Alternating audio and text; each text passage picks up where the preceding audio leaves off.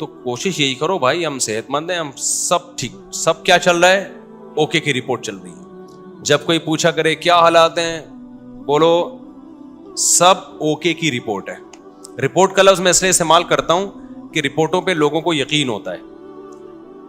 دیکھو آپ کسی سے پوچھ رہے ہیں کہ آپ کے جگر ٹھیک کام کر رہا ہے, لیور ٹھیک ہے, آپ کا کڈنی ٹھیک ہے, وہ کہے گا ہاں ٹھیک ہے. آپ کہیں گے رپورٹ ہے تمہارے پاس, لیب سے رپورٹ ہے, وہ کہے گا ہاں جی یہ رپورٹ ہے. تو رپورٹ دیکھ کے یقین آ جائے گا نا. تو صرف یہ نہیں بتایا کرو میں خیریت سے ہوں, آپ بولو میرے پاس خیریت کی باقاعدہ رپورٹ ہے. ٹھیک ہے. تو میں جب بھی کسی سے خیریت پوچھتا ہوں, میرے دوستوں کو پتا ہے کہ میں یہ نہیں پوچھتا آپ خیریت سے ہیں, میں کہتا ہوں سب اوکے کی رپورٹ ہے. وہ آگے سے جواب میں کہتے ہیں رپورٹ کیا ہے, اوکے کی. اس کا مطلب واقعی اوکے ہے, باقاعدہ رپورٹ ہے اس کے پاس. تو اللہ کا شکر ہے ہمارے پاس بھی رپورٹ کیا ہے, اوکے کی رپورٹ ہے. جب بھی کوئی مجھ سے, اور اللہ اوکے کی رپورٹ ہی رکھے بھائی, زیادہ شو بازیوں میں بھی نقصان ہوتا ہے. تو اللہ اوکے کی رپورٹ ہی رکھے, خوش ہی رکھے اللہ تعالی ہم سب کو. اچھا, مجھے لوگ اپنا تانے دینا شروع کر دیے لوگوں نے. پہلے جب میں بیان کرتا تھا نا اوکے کی رپورٹ ہے, 4 شادیاں 3 شادیاں, لوگ ایسے سنتے تھے ماشاءاللہ کتنا اچھا بیان. اب پتہ ہے کیا ہے, ابے اوکے کی رپورٹ تو ہوگی نا جب ریوو میں گھوم رہے ہیں. ہاں, جب پیسہ آ رہا ہے تو رپورٹیں کیا ہوں گی, اوکے کی ہوں گی نا. یہ جو کھلکھلا رہے ہیں ممبر پہ, یہ اس کے پیچھے کیا ہے, پیسہ ہے. تو میں کہتا ہوں کہ ہم تو اللہ کا شکر ہے خوشی ہیں الحمدللہ, ہمیشہ سے اللہ نے خوشی رکھا ہے. ہماری ضرورتیں اتنی محدود ہیں اور اللہ خوشی رکھے ہمیں. لیکن لوگ نا کسی حال میں الحمدللہ خوش نہیں ہیں. ان کو یہ ہے کہ پہلے پھٹ پٹی پہ گھوم رہے تھے اس کی ٹینشن, اب ریوو میں گھوم رہے ہیں تو اس کی بھی ٹینشن یہ لوگ لے رہے ہیں. تو یہ آپ کی ٹینشنیں ہیں, آپ جتنی چاہو بڑھا لو. ہم جب کسی کو ریوو میں گھومتا ہوا دیکھتے تھے, ہم اپنی پھٹ پٹی پہ گھومتے تھے, اس وقت بھی ہمیں ٹینشن نہیں ہوتی تھی, سمجھ رہے ہیں نا. اور جب ہم ریوو میں آ رہے ہیں تو بھی ہمیں ٹینشن نہیں ہو رہی.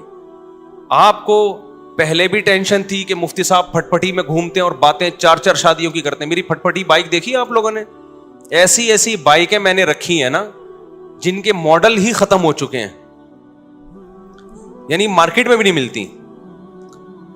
میں نے رکھی ہے ہونڈا 110, کبھی نام سنا؟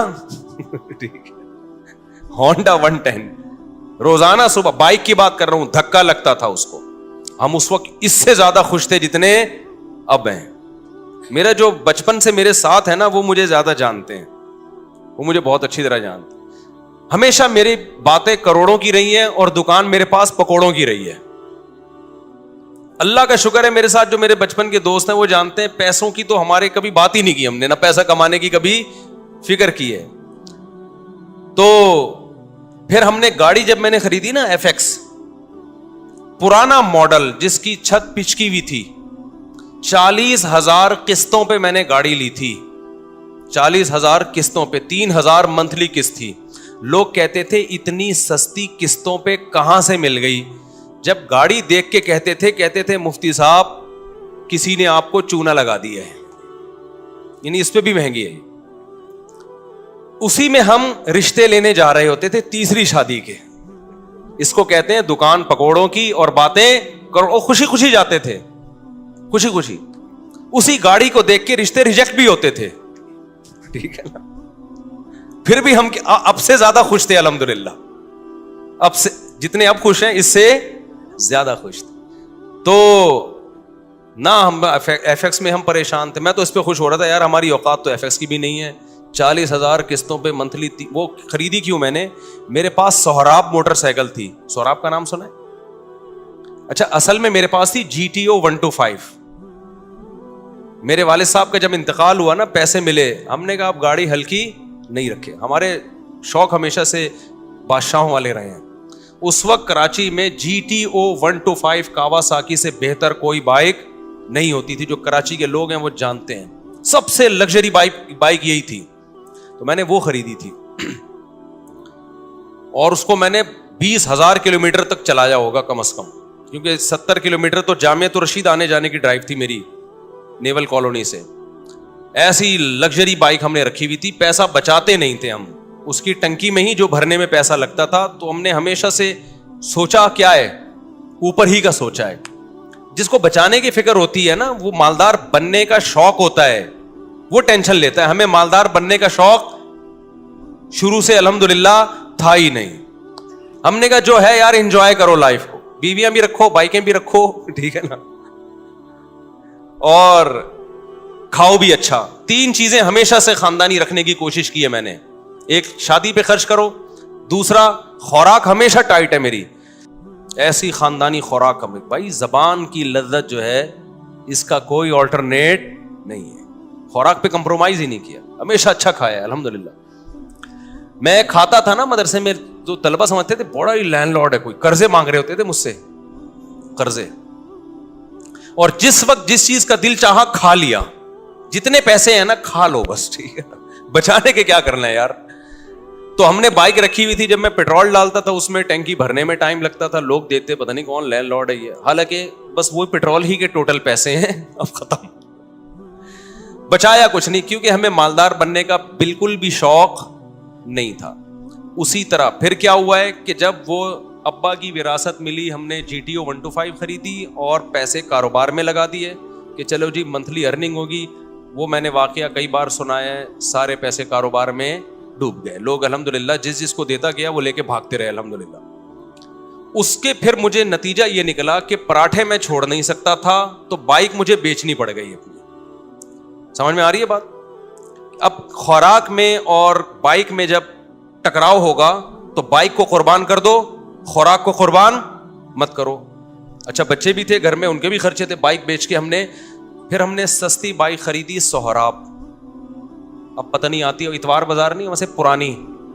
اب جب ہم نے سستی بائک خریدی اس کو لے کے ہم بھی گھومتے تھے, ہمارے دوست احباب بھی, مفتی صاحب بائک چاہیے تھوڑی دیر کے لیے, مل جائے گی, لے جا بھائی تو سستی بائک ہے, جو چاہے لے جائے اس کو. وہ کیا ہوا, اس کا لاک ہی نہیں تھا, اتنی سستی تھی, تو وہ بھی چوری ہو گئی اللہ کے فضل سے. ایک دن مسجد میں کوئی نمازی بھائی آئے, انہوں نے دیکھا کہ یہ لاوارث بائک ہے اور اگنیشن اس کا لاک ہی نہیں ہوتا, تو وہ لے گئے اللہ کے فضل سے. نماز انہوں نے پڑھی, انہوں نے کہا اگلی نماز میں یہ گناہ معاف ہو جائے گا. میں جب آیا تو بائک ہی نہیں ہے. اب میں نے کہا یار اب میں گاڑی خریدوں گا. دکان پکوڑوں کی باتیں کون سی, یہ میں واقعات آپ کو موٹیویٹ کرنے کے لیے سنا رہا ہوں. اور جو لوگ مجھ پہ تانے کرتے ہیں نا, اب ریوو ویجیو میں گھوم رہا ہے تو باتیں تو کرے گا ایسی, تو یہ موٹیویٹ کر رہا ہوں میں. ہر آدمی کا اپنا اسٹائل ہوتا ہے نا موٹیویٹ کرنے کا.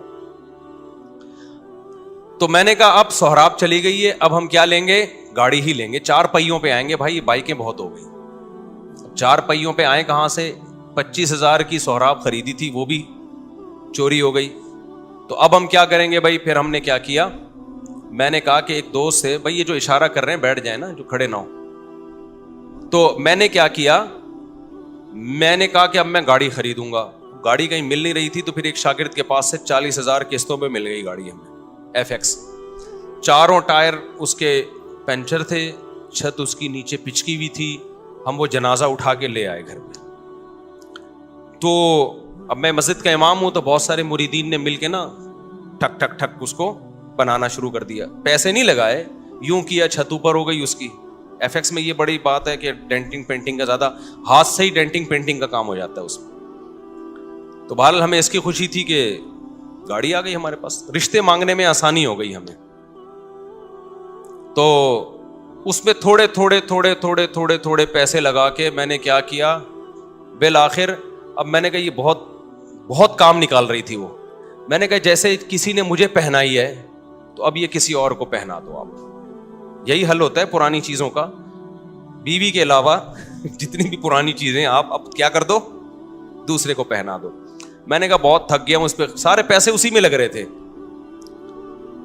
تو ہم اتوار بازار گئے, وہ 80,000 میں پہنا دی ہم نے. اتنا اس پہ تھوڑا تھوڑا کر کے لگ چکا تھا کہ مجھے اس کے 80,000 مل گئے. بڑی بات تھی اس زمانے میں 80,000. برکت دیکھو نا کیسی ہوتی ہے. ہم نے کیا کیا, اب آپ کی طرح یہ نہیں کہ بچوں کو سٹی اور بیکن ہاؤس میں پڑھانا ہے یا بچے روکنے, ہم نے پیدا ہی نہیں ہونے دینا. اس وقت بچے تھے چھوٹے, ابھی ان کی تعلیم کا خرچہ نہیں تھا, بہت چھوٹے بچے تھے میرے اس وقت, خوراک پوری ہو رہی تھی ان کی. جب بڑے ہوں گے, اسکول کا ٹائم آئے گا, اس وقت سوچیں گے. یہ ابھی تھوڑی سوچنے کی چیزیں ہیں. ہم خود بھی تو کسی کے بچے ہیں نا. ابھی میں اپنے والد صاحب کے بچوں کا سوچ رہا تھا, یعنی میں اپنا. تو ہوا یہ کہ ہم نے وہ خرید لی, آپ کی اللہ بھلا کرے, شیراڈ لے لی میں نے, 1.5 لاکھ کی ملی, 80 کیش دیے اور 5,000 قسطیں. وہ محلے میں کہیں سے مل گئی. ہم آ گئے کس پہ؟ شیراڈ پہ آ گئے. تو شیراڈ میں گھوم رہے ہیں بھائی, اس پہ خوش ہو رہے ہیں یار. ہماری اوقات تو سہراب کی بھی نہیں تھی, اللہ نے کیا دلا دی, شکر کی توفیق مل رہی تھی نا, مجھے شکر کی توفیق مل رہی تھی. لوگ میں کہتے ہیں یار میری اوقات تو نہیں ہے, ہم تو مولوی لوگ ہیں, ہماری تنخواہیں دیکھو, جذبے دیکھو ہمارے, تو یہ گاڑی مل گئی. میں تو اس پہ واقعی بہت خوش ہوتا تھا. ایک دفعہ میں گاڑی لے کر گیا ہوں, کسی بڑے جلسے میں میرا خطاب تھا, لوگ لینڈ کروزر میں بڑی بڑی گاڑیوں میں آ رہے تھے, میری بھی بڑا استقبال ہوا. میں گیا, ہمارے دوستوں نے کہا مفتی صاحب FX میں نہیں بیٹھنا, جا کے آپ کی پرسنالٹی پہ یہ FX سوٹ نہیں کر رہی ہے, کیونکہ یہاں بڑے بڑے علماء آئے ہیں بڑی بڑی گاڑیوں میں. میں نے کہا ایسی کی تیسی بھائی, ہم کس میں بیٹھیں گے؟ اپنی FX میں. تو اللہ نے بے عزتی لکھی ہوئی تھی, جب میں بیٹھا ہوں تو چلی بھی نہیں رہی تھی. 6 آدمیوں نے دھکا لگایا اس کو, یعنی وہ جتنی عزت بچانا دوست چاہ رہے تھے نا, تو وہ, اور ہم نے انجوائے کیا. ہم نے کہا بھائی ان چیزوں میں عزت ذلت بولو نا, نہیں ان چیزوں کیا ہوتا. ہمارا مقصد تھا بیان کرنا, بیان اگر اچھا ہو گیا تو ٹھیک ہے, میں گدھے پہ جاؤں, میں گھوڑے پہ جاؤں, میں سائیکل پہ جاؤں, میں FX میں جاؤں. میں آپ کو اس لیے یہ سارے واقعات شو مارنے کے نہیں بتا رہا. خامخواہ کی ٹینشنیں کیوں پالی ہوئی ہیں بھائی تم لوگوں نے؟ بلا وجہ اپنا معیار اتنا اونچا کیوں رکھا ہوا ہے؟ وہ معیار نہیں ملتا تو ٹینشن میں جاتے ہو. پھر ہم تو یہ سوچ رہے تھے یار ہماری اوقات موٹر سائیکل کی نہیں ہے, اللہ نے 125 دلا دی GTO. ہماری اوقات تو 125 کی نہیں, اللہ نے FX دلا دی. ہماری اوقات تو FX کی ہے, اللہ نے شیراڈ دلا دی. نہیں یاری بات سمجھ میں, ہم شیراڈ میں گھوم رہے ہیں بھائی, بڑا انجوائے کر رہے ہیں. وہ شیراڈ بھی گئی, کیسے گئی؟ بڑا دکھ بھلا واقعہ ہے. مجھے ایک فراڈی مل گیا, بس فراڈی بہت ملے ہیں. وہ شیراڈ, اس میں ایک آخری جو دھچکا لگنا تھا نا مجھے, شیراڈ بک گئی میری. اب جب شیراڈ گئی تو ہم پھر روڈ پہ آ گئے. ٹھیک ہے, تو میں پھر یہاں سے بسوں میں جاتا تھا, W11. اب میں اس وقت مشہور ہو چکا تھا تو مجھے W11 میں لوگ پہچاننے لگے تھے, مفتی صاحب آپ بس میں, 2 منٹ کی چرنگی ہے نا یہاں پہ, مجھے اچھی طرح یاد ہے. میں آ رہا تھا وہاں اترنے, یار آپ بس میں؟ تو میں کہا بھائی میرے بس میں ہی جانا رہ گیا ہے ابھی, اس کے علاوہ میرے بس میں ہے نہیں. تو میں خوش تھا اس پہ, اور اللہ کی قسم خوش تھا, اوپر سے نہیں کہ میں وہ کر رہا ہوں, میں بہت خوش تھا الحمدللہ کہ یار میری ضرورت تو اس کی بھی نہیں ہے, اللہ مجھے بس کا کرایہ تو ہے نا, ورنہ بہت سے لوگ تو بس کا کرایہ نہیں ہوتا. جذبے اسی طرح, رشتے نہیں, گلگت جا رہا ہوں رشتوں کے لیے. لوگ کہہ رہے ہیں آپ کے پاس ہے کیا؟ بھائی میری ٹوٹل میری یہ ارننگ ہے منتھلی, اس میں اللہ کا شکر ہے گزارا اچھا ہو رہا ہے, تو آپ کی بچی کا بھی گزارا ہو جائے گا. انہوں نے کہا نہیں ہوگا. ہم نے کہا جاؤ, نہیں ہوگا تو باڑ میں جاؤ. ٹھیک ہے نا, کسی کے سامنے بھیک تھوڑی مانگنی ہے, ایسی کی تیسی. اچھا خیر, پھر مل بھی جاتے ہیں رشتے. تو اسی غربت میں ہماری تیسری بھی ہو گئی الحمدللہ. کتنی ہو گئی؟ تیسری. اچھا بھائی, تو ہمیں اس کی بھی خوشی کہ اوقات ہماری ایک کی بھی نہیں ہے, اور شادیاں کتنی ہو گئی, ہو جاتی ہیں یہ, میں آپ کی بھی ہو جائیں گی, اور اچھے لوگ مل گئے مجھے. لیکن میں جیسے جیسے دیکھ رہا تھا کہ میری شادیاں ہو رہی ہیں, بچے پیدا ہو رہے ہیں, میری سورس آف انکم آٹومیٹیکلی بڑھ رہی ہے. ایسے ذرائع سے رزق مل رہا ہے جہاں سے تصور بھی نہیں تھا. ایسے ذرائع سے رزق مل رہا ہے جہاں سے تصور بھی نہیں ہے. اب میں ان کو واقعات سناؤں, آپ کے ہوش اڑ جائیں گے. کیسے ذرائع سے ضرورتیں پوری ہو رہی ہیں, اسٹاک کچھ بھی نہیں ہو رہا, ایک ڈھیلا بھی جمع نہیں ہو رہا ہے. لیکن مجھے فکر نہیں ہے کہ کل کہاں سے کھاؤں گا, کل کہاں سے, اگلے مہینے. بھائی جب اب تک اللہ نے رکھا ہوا ہے نا تو آگے بھی ہو جائے گا. پھر ایک دن میرے گھر میں بڑا خرچہ آ گیا, ایک بڑا خرچہ. یعنی ڈاکٹر نے کہا بھائی ڈیلیوری آپریشن سے ہوگی, آپریشن کے پیسے نہیں تھے میرے پاس. بچہ پیدا ہونے کا وقت آیا اور ڈاکٹر نے کہا بڑا آپریشن ہوگا, اور بڑے آپریشن میں اچھے خاصے پیسے لگ جاتے ہیں. وہ پیسے میرے پاس بولو نہیں تھے. سمجھتے ہو کہ نہیں سمجھتے؟ تو میں کیا کرتا بھائی, کوئی بات نہیں بھائی. سسرال سے فون آیا, پیسوں کی ضرورت تو نہیں ہے. میں نے کہا بالکل ضرورت نہیں ہے. دوست احباب نے کہا پیسوں کی ضرورت تو نہیں ہے. میں نے کہا بالکل بھی ضرورت نہیں ہے, میرے پاس پیسے ہیں کہاں سے, مجھے نہیں. پیسے دماغ لڑایا کہ کیا کرو. کوئی بات نہیں, گھر میں ایسی چیزیں ہوتی ہیں بھیج دو اس کو یار. کیا خیال ہے بھائی؟ بھائی گھر میں سب چیزیں بیچ دو یار, ابھی ضرورت پوری کرو. کوئی بات نہیں, پھٹے پہ سوئیں گے یار, کیا ہے اس میں. بھیک مانگنے سے بہتر ہے لوگوں کے سامنے اپنی غربت, اور بھیک مانگنے سے بہتر ہے پھٹے پہ سو جاؤ. صبح رات کی بچی بھی, میں ایسے علماء کو جانتا تھا جن کی 2 بیویاں تھیں, سوکھی روٹی صبح قہوے میں ڈبو کے کھا رہے تھے وہ. نہیں یہی بات میرا خیال ہے سمجھ میں. ایسے غریب لوگ بھی میرے علم میں ہیں. تو ہم نے کہا یار ہم بھی کس پہ آ جائیں گے.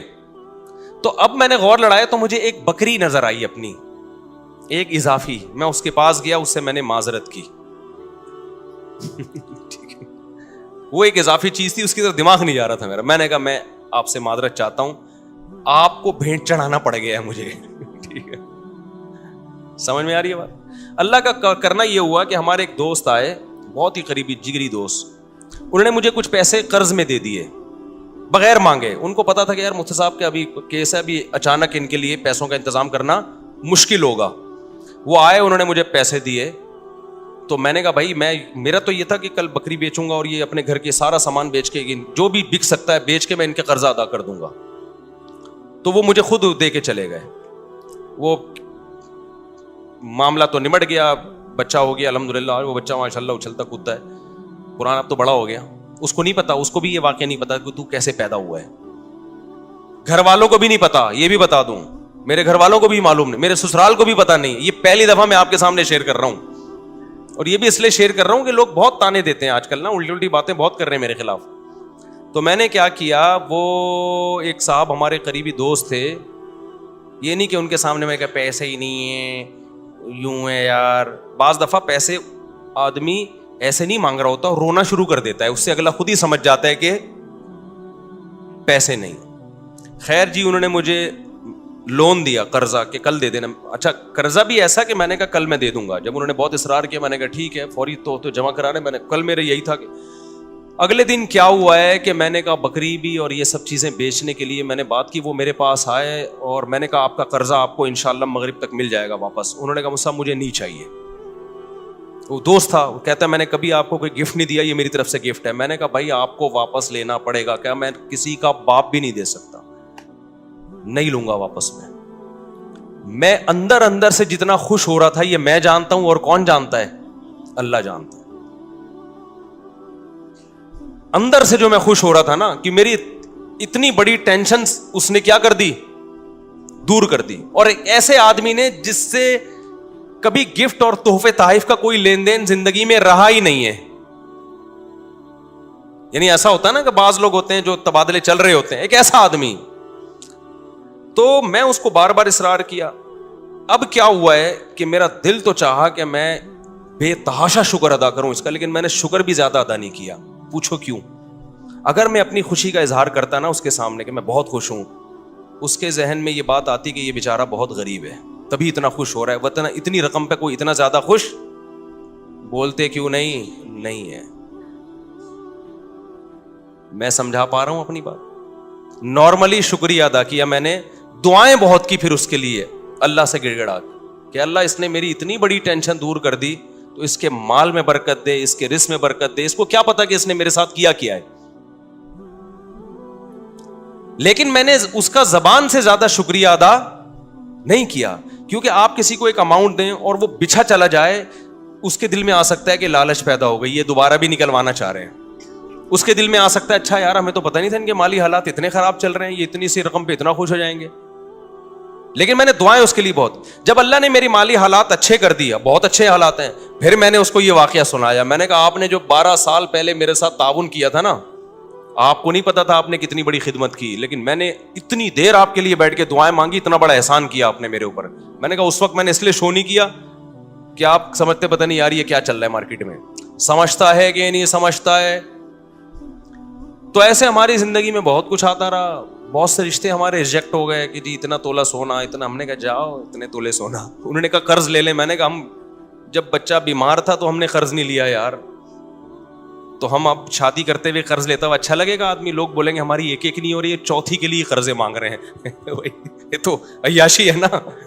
ہو گئی ٹھیک ہے, نہیں ہوئی تو بھائی ہم نے اس طرح سے اللہ کا شکر ہے زندگی گزاری.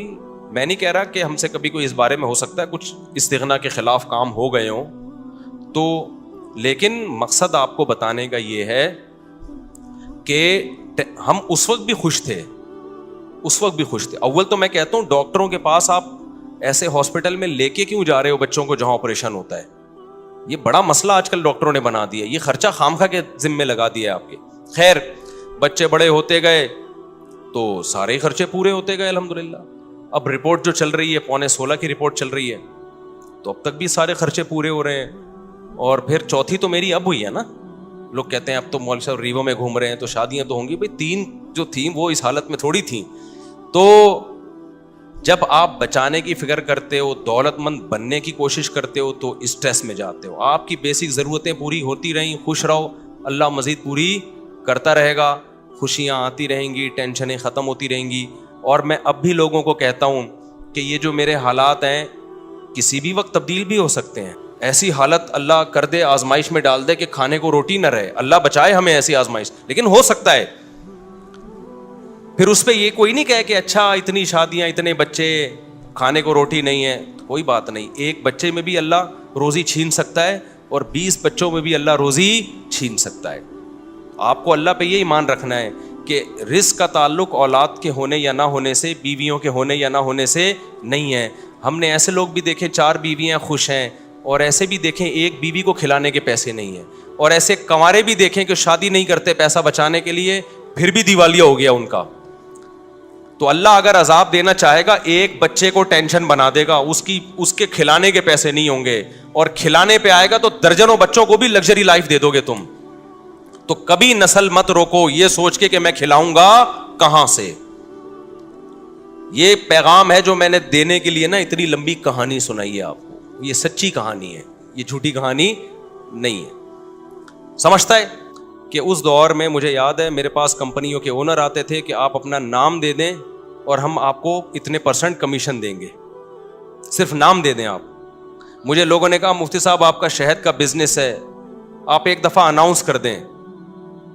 تو یہ کام میں نے نہیں کیا, کیونکہ مجھے یہ کام غیر اخلاقی لگتا تھا کہ میرا نام مشہور ہوا ہے مذہب سے, میں اس کو استعمال کروں تجارت میں. میں نے کمپنی بھی بنائی, بزنس بھی کیا, اب تک کر رہا ہوں, نہ کمپنی کا کسی کو بتایا اور نہ بزنس کا کسی کو بتایا. تو یہ میں اس لیے کہہ رہا ہوں, آج لوگ کہتے ہیں نا بہت یہ مولوی لوگ ایسے, مولوی لوگ, آپ مولویوں میں اٹھ کے بیٹھ کے دیکھو گے نا, کسی کے بارے میں 2-4 باتوں سے فوراً تبصرہ کر دینا ٹھیک نہیں ہوتا. جب تک کسی کے ساتھ رہو نہیں, ہم بار بار کہہ رہے ہیں ہم بہت نیک نہیں ہیں, لیکن جو پیسوں کی اور ان چیزوں کے الزامات ہمارے اوپر لگ رہے ہیں نا, اتنی تو صفائی میرے ذمہ بنتی ہے نا کہ میں دوں. اور میرا فلسفے کی ایسی کی تیسی ہو رہی ہے. میں لوگوں سے کہتا ہوں اولاد کثرت سے پیدا کرو, زیادہ شادیاں کرو. لوگ فوراً کہتے ہیں ابے ان لوگ کے پاس تو ریوو میں گھومتے ہیں نا اس لیے یہ باتیں کر رہے ہیں. او بھائی جب ہم یہ باتیں کر رہے تھے ہمارے پاس رکشے کے پیسے نہیں تھے, اور اس وقت ہماری اولادیں بھی تھیں, بیویاں بھی تھیں. تو مجھے اس پہ غصہ آتا ہے کہ میری ساری جو 20 سال کی محنت ہے نا وہ لوگ 2 جملوں میں کیا کر دیتے ہیں, اڑا دیتے ہیں. تو پیسہ بھی اس میں, اولاد کی کثرت میں پیسے کا کوئی دخل نہیں ہے. تبھی تو دیکھو جتنا پیسہ ہوگا 2 بچوں کے درمیان وقفہ اتنا ہی زیادہ ہوگا. تو یہ سوچ کی بات ہے. دل بڑا ہوگا تو اولاد زیادہ ہوگی, اللہ پہ توکل ہوگا. دل چھوٹا ہے تو بچے کم ہوں گے, اللہ پہ توکل نہیں ہوگا. اور جب اللہ پہ توکل نہیں ہے, کروڑوں روپے میں بھی انسان ٹینشن میں ہوتا ہے, اور جب اللہ پہ توکل ہے تو کچھ بھی نہ ہو پھر بھی ٹینشن میں نہیں ہوتا. اس چیز کو سمجھنے کی ضرورت ہے. سمجھتے ہو؟ اچھا بھائی, اور یہ وہ ٹینشن ہے جو میں بار بار کہتا ہوں, اس ٹینشن میں تمہیں ثواب بالکل بھی نہیں مل رہا. اللہ کو غصہ آ رہا ہے کہ اتنی نعمتیں دی ہوئی ہیں, جب پیدا ہوا تھا کم بخت ماں کی چھاتیوں میں دودھ پیدا کر دیا, یہ بتانے کے لیے کہ میں تیری پیدائش سے غافل نہیں ہوں, مجھے سب پتا ہے کہ تجھے کیا ضرورت ہے. اتنی بڑی نشانی دیکھ کے بھی تو ٹینشن لیتا ہے کہ پتہ نہیں میرا کیا ہوگا. پھر اللہ کو غصہ آتا ہے, اور اللہ کا غصہ آنا پھر بجائے تو آپ کو ڈبل نقصان, ایک ٹینشن کا نقصان, ایک اللہ کے غضب کو دعوت دینے کا نقصان. تو اس لیے خوش رہا کرو, ٹینشن صرف ایک ہی پالو, آخرت میں بنے گا کیا. صحیح ہے نا. اچھا, اس مضمون کو میں مکمل کرنے کے لیے کہہ دوں, بعض دفعہ طبعی طور پر کسی چھوٹے سے حادثے پہ ٹینشن ہوتی ہے. دیکھو ٹینشن کی 2 قسمیں ہیں, ایک عقلی اور ایک طبعی. اس کو سمجھنے کی ضرورت ہے. آپ کہہ سکتے ہو کسی بزرگ کو کوئی چھوٹی سی پریشانی آئی, وہ پریشان ہو گئے. آپ کو ہم نے تو سنا ہے کہ بزرگوں کو تو پریشانی نہیں ہوتی, وہ تو آخرت ہی کی پریشانی لیتے ہیں, دنیا کی نہیں ہوتی. دیکھو وقتی اور عارضی طور پر انسان کو غم ہوتا ہے, اس کو کہتے ہیں طبعی غم. یہ انسان کے بس میں نہیں ہے. مثال کے طور پر آپ کے 6 بچے ہیں, ایک مر جائے تو غم تو ہوگا نا, اب اصولی طور پر تو آپ کو خوش ہونا چاہیے کہ 5 بچے ہوئے ہیں نا, ابھی بھی میں بے اولاد تو نہیں ہوں, اللہ نے اولادیں دی ہیں مجھے, لیکن وقتی طور پر غم ہوتا ہے, یہ طبعی غم ہوتا ہے, یہ برا نہیں ہے, یہ ہر انسان کو ہوتا ہے. برا غم وہ ہے جو عقل سے ہو. دنیا داروں کو جو آج غم ہو رہے ہیں نا, وہ یہ سمجھتے ہیں ہم اس غم میں برحق ہیں, یہ غم ہونا چاہیے, یعنی ان کی عقل کہہ رہی ہوتی تم ٹھیک غم زدہ ہونا چاہیے. یہ غلط ہے. عقل کہے کہ یہ غم بنتا نہیں ہے, اور طبیعت کہے بھائی میں مجبور ہوں اس لیے ہو رہا ہے, تو وہ تھوڑے بہت جلدی غم پہ قابو پا لیتا ہے انسان. ایک مثال سے بات سمجھاتا ہوں. دیکھو آپ کو ڈیفنس میں 2000 گز کا بنگلہ تھا, آپ کا لگژری لائف تھی, وہ بنگلہ چھن گیا, آپ 1000 گز کے بنگلے پر آ گئے. اصولی طور پر تو اب بھی خوش ہونا چاہیے نا یار, 1000 گز کا بھی تو کم نہیں ہے, لیکن دیندار آدمی کو بھی 1-2 دن کے لیے 2-4 دن کے لیے وقتی طور پہ ٹینشن ہوگی. وہ ٹینشن اس کی ہوگی, وہ لگژری لائف میں تھوڑی سی کیا آ گئی ہے کمی, تو ظاہر ہے جب عادت چینج ہوتی ہے تھوڑا سا غم تو ہوتا ہے. لیکن عقل کہے گی بھائی غم کرنے کا ہے نہیں, تجھے ابھی بھی تو بہتوں سے اچھا ہے نا تو. وہ عقل کیا کرے گی, اس طبعی غم پہ قابو پا لے گی, 2-4 دن 6 دن میں ریلیکس ہو جائے گا. تو یہ طبعی غم وقتی طور پر یہ دینداروں کو بھی ہوتا ہے, یہ سب کو ہوتا ہے, یہ پیغمبروں کو بھی ہوتا تھا.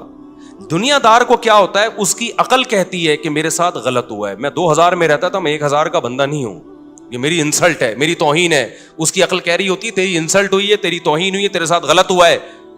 اس کی عقل اس کے طبعی غم کو قابو نہیں پاتی, بلکہ اس کے طبعی غم کو اور زیادہ بڑھاتی ہے. اس سے بھی ڈپریشن میں جائے گا, خودکشی کی طرف جائے گا. تو یہ طبعی تو وقتی طور پر یہ طبعی طور پہ محبت بھی ہوتی ہے انسان کو, غم بھی ہوتا ہے. تو یہ شریعت میں برا نہیں ہے, کیونکہ یہ غیر اختیاری ہے. سمجھتے ہو کہ نہیں سمجھتے ہو؟